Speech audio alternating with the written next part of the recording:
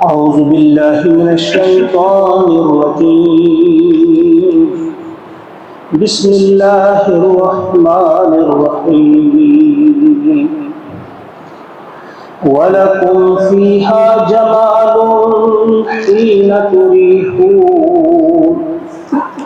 حين تريحون وحين تسرحون وتحمل أثقالكم إلى بلد لم تكونوا بالغيه إلا بشق الأنفس إن ربك لرؤوف رحيم. والخيل والبغال والحمير لتركبوها وزينة ويخلق ما لا تعلمون وعلى الله قصد السبيل ومنها جائر ولو شاء لهداكم أجمعين. آمنت بالله صدق الله العظيم. سورۃ النحل پہلی 5 آیات کا درس ہو چکا ہے. آج آیت نمبر 6 سے لے کر 9 تک انشاءاللہ ان کو آج ہم سمجھنے کی کوشش کریں گے. انعام کا ذکر ہوا تھا، مویشیوں کا ذکر کیا تھا اللہ تعالیٰ نے کہ اللہ تعالیٰ نے مویشی پیدا فرمائے جن میں تمہارے لیے گرمی کا سامان ہے، سردی سے بچنے کا سامان ہے، فائدے ہیں بہت سارے، اور ان میں سے کچھ ایسے ہیں جنہیں تم کھاتے ہو. آج والی آیت میں اللہ کا ارشاد ہوتا ہے اور ان میں یعنی انہی انعام میں، مویشیوں میں، ان میں کیا ہے؟ وَلَكُمْ اور تمہارے لیے ہے، فیہا ان میں، جمال جمال، حسن خوبصورتی، شان و شوکت، ٹھاٹھ، ان میں تمہارے لیے ٹھاٹھ ہے، شان و شوکت ہے.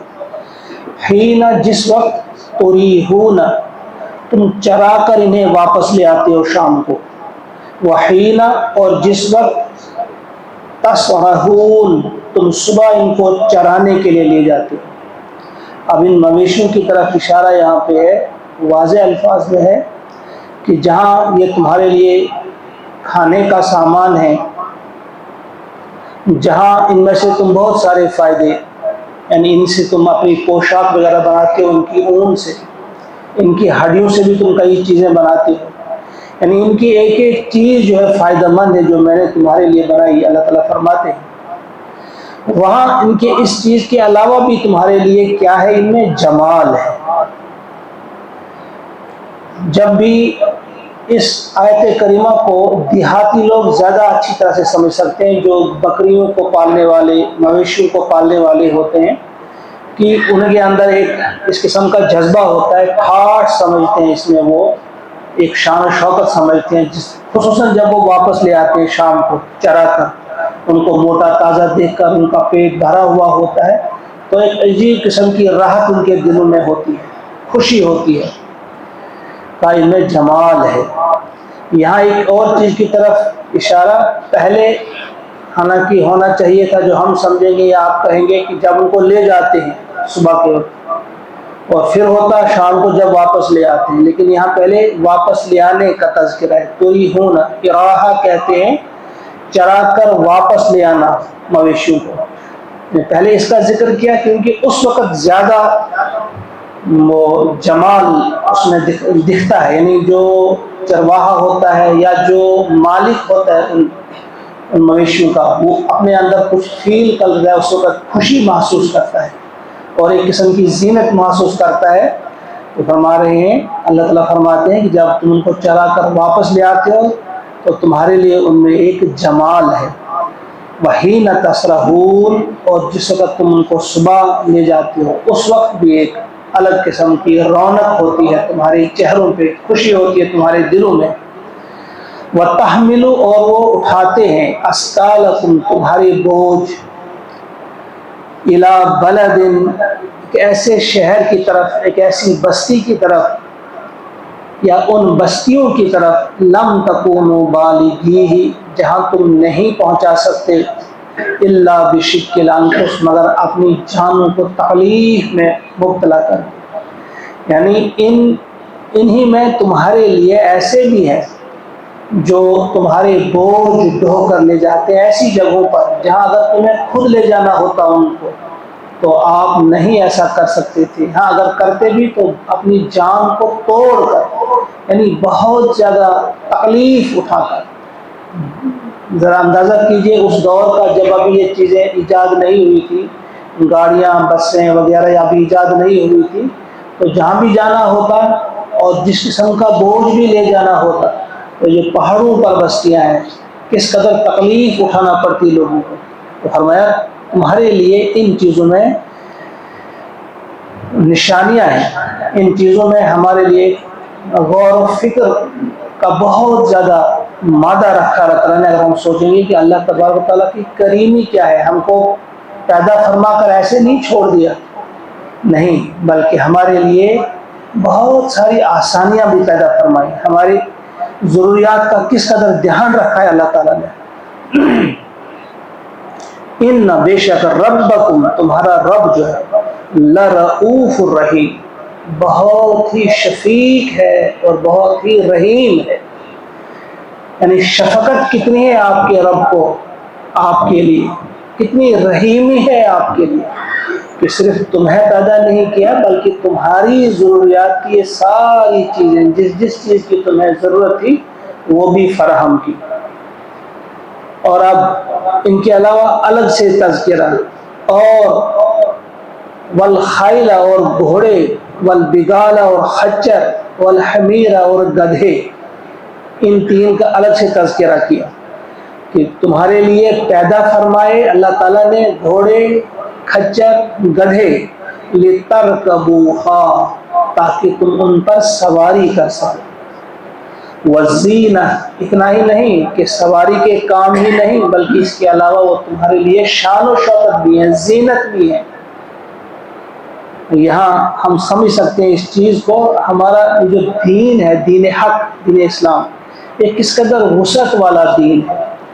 یہ صرف اللہ تعالیٰ نے ہمارے کھانے پینے اور سواری کا ہی بندوبست نہیں کیا ہے بلکہ ہمارے لیے انٹرٹینمنٹ جسے آپ کہتے ہیں، ہمارے لیے تفریح جو ہے وہ ہمارے لیے تفریح کے سامان بھی مہیا کرتا ہے۔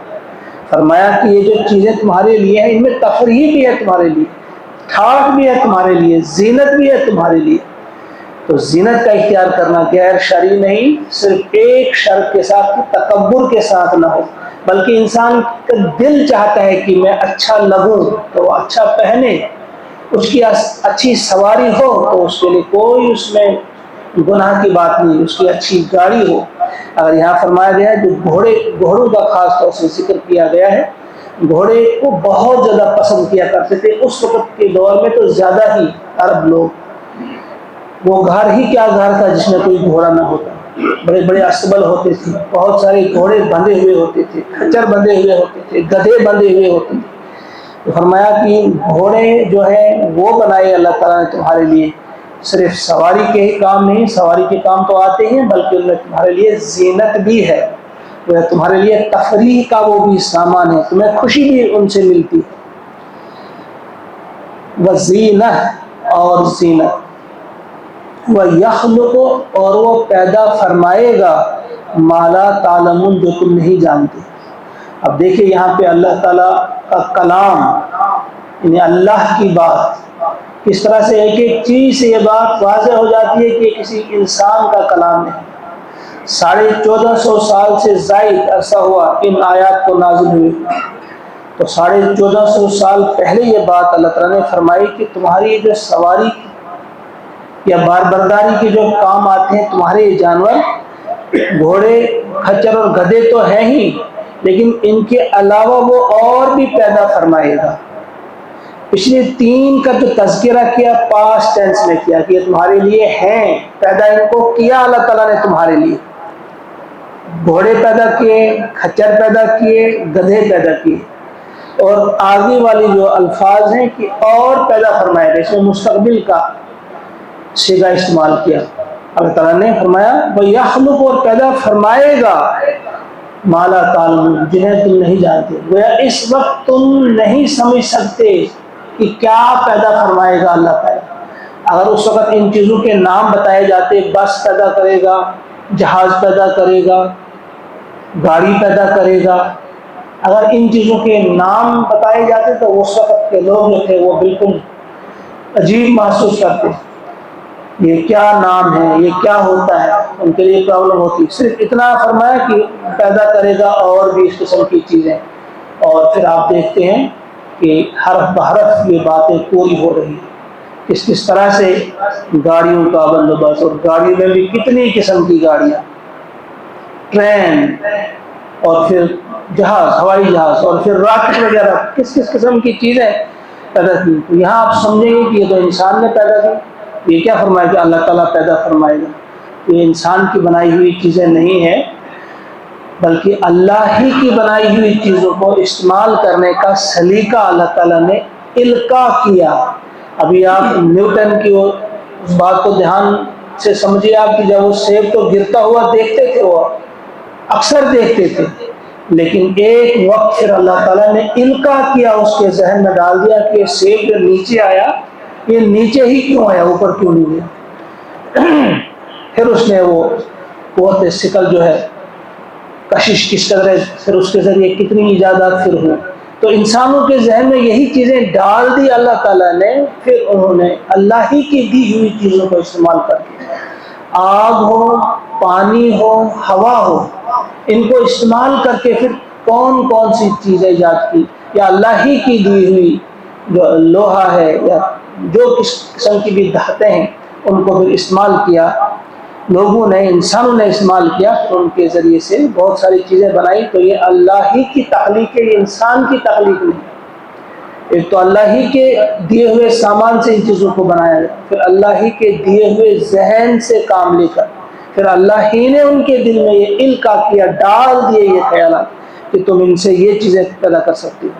تو ان چیزوں کا تذکرہ کر کے اللہ تبارک و تعالیٰ کسی چیز کا تذکرہ فضول نہیں کرتے، بلکہ اس کے ساتھ ساتھ ایک خاص مقصد ہوتا ہے.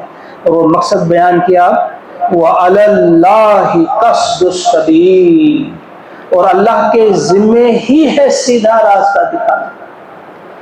جہاں آپ ان راستوں کو دیکھتے ہو کہ گھوڑوں پر چڑھ کر کہاں سے آپ جاتے ہو، کہاں سے جاتے ہو، کہاں پہنچتے ہو، جہاں بھی جانا ہوتا ہے آپ کو راستوں کی ضرورت ہوتی ہے اور آپ کو سواری کی ضرورت ہوتی ہے.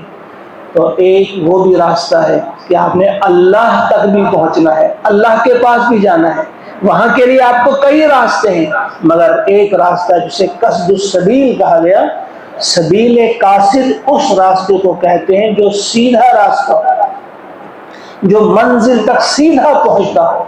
اور اس کے علاوہ فرمایا وَمِنْهَا جَائِرٌ راستے تو ٹیڑھے بھی موجود ہیں، یعنی یہاں صرف سیدھا راستہ نہیں، کئی ٹیڑھے راستے بھی ہیں، لیکن سیدھا راستہ دکھانا یہ اللہ کے ذمہ. تو اللہ تعالیٰ نے سیدھا راستہ دکھایا. وہ راستہ کون سا ہے؟ توحید کا راستہ. وہ راستہ کون سا ہے جسے آپ صراط مستقیم کہتے ہیں؟ تو یہاں آپ اس چیز کو سمجھیے. دیکھیں دو چیزیں ضروری ہوتی ہیں. ہمیں راستہ چلنا ہو، یہاں آنکھوں کا ہونا ضروری ہے. آنکھیں جو ہیں وہ بینا ہوں، دیکھنے والی آنکھ ہو. لیکن خالی دیکھنے والی آنکھ ہی کام نہیں کر سکتی جب تک نہ خارجی روشنی بھی ہو. سورج چمک رہا ہو یا پھر آپ کے ہاتھ میں کوئی دیا ہو، کوئی مشعل ہو. آنکھوں کے ساتھ ساتھ بینا آنکھ کے ساتھ ساتھ ایک مشعل کی ضرورت ہے، خارجی روشنی کی ضرورت ہے. اسی طرح روحانی جو راستہ ہے، اللہ کی طرف جانے والا، اللہ کو راضی کرنے والا راستہ، جنت تک لے جانے والا راستہ، جہنم سے بچانے والا راستہ، اس راستے کے لیے بھی یہ دو چیزیں چاہیے. تو اس کے لیے عقل جو ہے، عقل کو آپ سمجھیں یہ آنکھ ہے، یہ تیسری آنکھ ہے عقل. اور خارجی جو روشنی اس کے لیے چاہیے وہ ہے وحی، یہ الہی، یہ اللہ کی کتاب. یہ دو روشنیاں، ایک یہ ہے، اس کو طارش سمجھیے آپ، اور عقل کی، اس عقل جو انسان کو عطا کی گئی ہے وہ ہے آنکھ. تو فرمایا کہ اللہ ہی کے ذمے ہے سیدھا راستہ دکھانا وَمِنْهَا جَائِرٌ، جبکہ راستے ٹیڑھے بھی موجود ہیں اس دنیا میں. وَلَوْ شَاءَ لَهَدَاكُمْ أَجْمَعِينَ، وَلَوْ شَاءَ، اور اگر چاہتا اللہ، لَهَدَاكُمْ، تو تم سب کو تو ہدایت دے دیتا تمہیں، اجمعین تم سب کو، یعنی اگر اللہ چاہتا تو تم سب کو سیدھے راستے پہ ڈال دیتا تھا. لیکن اللہ تعالیٰ جو ہے وہ زبردستی کسی کو راستہ نہیں دکھانا چاہتا. اللہ تبارک و تعالیٰ نے ہمیں جو اختیار دیا ہے، سوچنے کی آزادی دی ہے، راستہ اختیار کرنے کی جو آزادی دی ہے، وہ ہمیں ہماری عقل استعمال کرتے وہی الہی کی روشنی میں سیدھے راستے کو چننے کا اختیار دیتا ہے. زبردستی وہ کسی کو راستے پر نہیں چلاتا، یہ اس کے کریشن پلان کے خلاف ہے. جو اس کا کریشن پلان ہے، جو اس نے تخلیق کی ہے ساری دنیا، اس کا جو منصوبہ ہے، کس وجہ سے کیا، مقصد کیا تھا تخلیق کا، یہ اس کے خلاف ہے. یہ ہمارے لیے امتحان ہے، یہاں پہ یہ امتحان گاہ ہے ہمارے لیے. ساری دنیا اس میں ہمارا امتحان ہو رہا ہے کہ ہم اللہ کے فرما بردار بندے بننے جا رہے ہیں یا اس کی نافرمانی کرنے جا رہے ہیں. اور اپنی آزادی سے ہمارے ہاتھ باندھ کر اللہ تعالیٰ ہمیں چلانا نہیں چاہتا، ہمارے گلے میں رسی ڈال کر کھینچنا نہیں چاہتا، بلکہ آزادی سے ہمارے ہاتھ کھلے چھوڑ دیے گئے ہیں اور ہمیں اختیار دیا گیا ہے. البتہ عقل دی ہے، اور عقل کے ساتھ ساتھ ہدایت کے لیے یہ ہدایت کا سرچشمہ جو ہے خدا، ہدی و رحمہ جسے کہا گیا ہے، یہ بھی اللہ تعالیٰ نے عطا کیا ہے. اللہ تعالیٰ سے دعا ہے جو ہم کو توفیق عطا فرمائے کہ ان آیات کی روشنی میں ہم اپنی اصلاح کرنے کے قابل بن جائیں. ہم کسی پہ دھیان نہ دیں کہ فلاں انسان ہمیں سمجھائے گا تو سمجھ جائیں گے، فلاں چوٹ جب ہم کھائیں گے تو پھر سمجھیں گے. نہیں، چوٹ کھائے بنا، تکلیف اٹھائے بنا اپنی عقل کو استعمال کر کے اللہ کی ہدایات کی روشنی میں سیدھا راستہ، قصد السبیل اختیار کرنے کے اللہ تعالیٰ ہم سب کو توفیق عطا فرمائے. اللہم نور قلوبنا بنور القرآن وزین اخلاقنا بزینت القرآن واملأ صدورنا بروح القرآن وصلی اللہ وسلم علی سیدنا ومولانا محمد وآلہ واصحابہ اجمعین برحمتک.